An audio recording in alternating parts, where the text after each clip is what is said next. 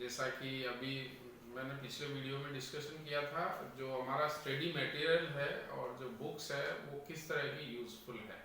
वैसे कई सारे स्टूडेंट आते हैं कि सर क्या आपका मैटर असिस्टेंट प्रोफेसर के हिसाब से यूनिट वाइज बना हुआ है क्या।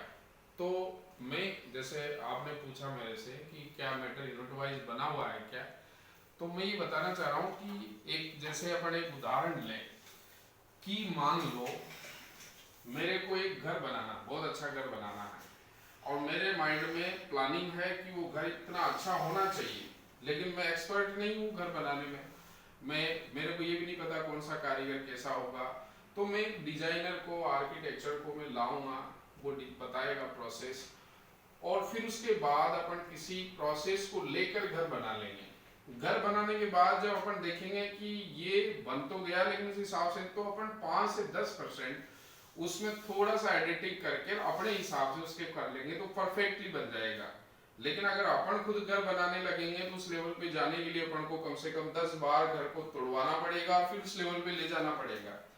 तो मैं यहाँ डिस्कशन करना चाह रहा हूँ इस आधार पर कि जो हमने नोट्स बनाए हैं वो प्रॉपर टेक्स्ट बुक को लेकर, गूगल और पूरा एक्सपीरियंस लेकर, 5 से 10 साल का एक्सपीरियंस लेकर उनको मेंटेन किया है और यूनिट वाइज प्रॉपर बनाया गया है।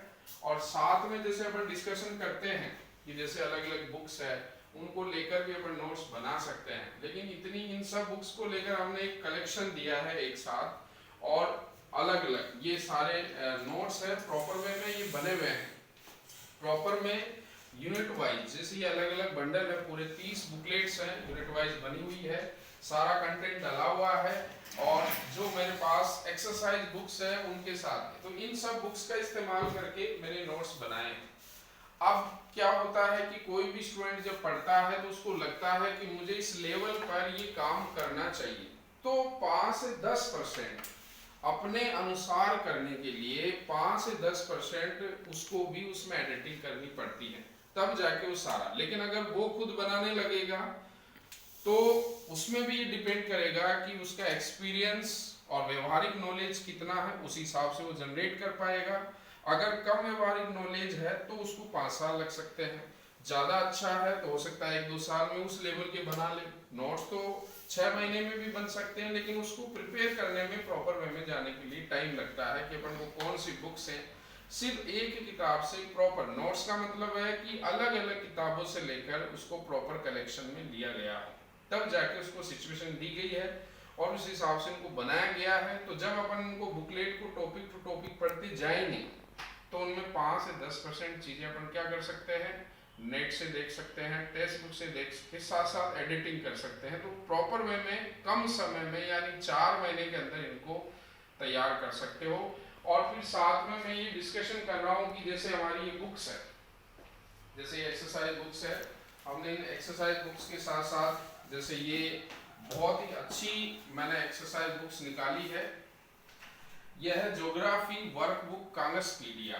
इस बुक्स का बहुत ही अच्छा कंटेंट है कि इसमें 20 एक पेपर में 20 ऑब्जेक्टिव क्वेश्चन दिए हुए हैं हिंदी और इंग्लिश में। उनको चारों ऑप्शन को एक्सप्लेन करते हुए आप काम करो। फिर उसके बाद 5 क्वेश्चन थोड़े डिस्क्रिप्टिव दिए हैं। उन डिस्क्रिप्टिव क्वेश्चन को आप क्या करो, एक्सप्लेन करो, देखो, जो माइंड में आए उसको काम करो उस पर। और 5 क्वेश्चन जो है ऑब्जेक्टिव के तौर पर बनाए गए हैं, मैपिंग के बनाए गए हैं, ताकि आप मैपिंग को ड्रॉ कर सकते हो।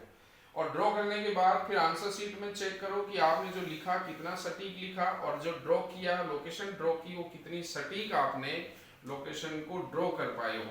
ये और भी अलग टाइप की बुक्स है। बुकलेट को पढ़ने के साथ साथ इसमें हर यूनिट के साथ साथ शॉर्ट फॉर्म में हमने कंटेंट डाला है कि स्टूडेंट को फिर भी रिवीजन करने के लिए एक और तरीका चाहिए होता है कि डायरेक्ट उन चीजों को कंपैरेटिवली, जैसे सारे राइटर और थ्योरी सामने आ गई तो आपस में कंपैरेटिवली डिस्कशन कर सकता है कि इसने कौन सी थ्योरी, इसने किसमें काम किया तो इसका क्या था, इसकी बुक्स क्या थी, इसने कौन सा शब्द दिया तो इसने कौन सा दिया, ये सारा एनालिसिस का हो सकता है।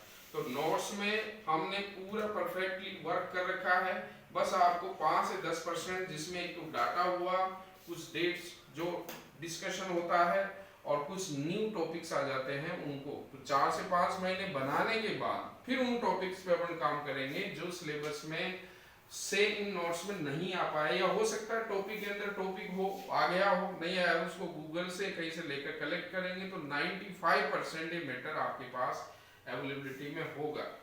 तो आप देखें, कई बार स्टूडेंट होता है फोन पे या मैसेज पे डिस्कशन हो गया, उसके बाद उसका कोई वर्क नहीं होता, फिर 20 दिन बाद उसका फिर फोन आता है, फिर वो डिस्कशन करता है, फिर 20 दिन बाद, तो 2.5 महीने बाद वो मैटर को कलेक्ट करता है। तो 2.5 महीने पहले ही अगर उस चीज को डिस्कशन करेगा, मैं ये कहना चाह रहा हूँ कि अभी एकदम तुरंत ऐसी चीज ना करें, आप बेसिक को 2.5 महीने तक पढ़ें, फिर उसके बाद बहुत सारे यूट्यूब पे बहुत सारे ऑनलाइन क्लासेज अवेलेबल है, ऑफलाइन क्लासेज भी आगे फर्दर चालू होगी, तो उनमें फिर जब आप उन क्लासेज में जाओगे तो बहुत सारी चीजें आपको साथ साथ मिल जाएगी।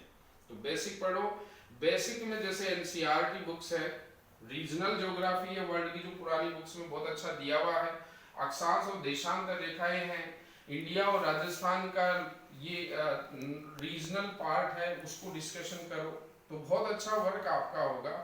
और ज्यादा से ज्यादा क्वेश्चन सोल्व करो, चैप्टर पढ़ने के बाद उसके क्वेश्चन ज्यादा देखो, क्वेश्चन के थ्रू फिर उनको स्टडी करो, तो ये चीज बहुत अच्छे से वर्क पे आएगी।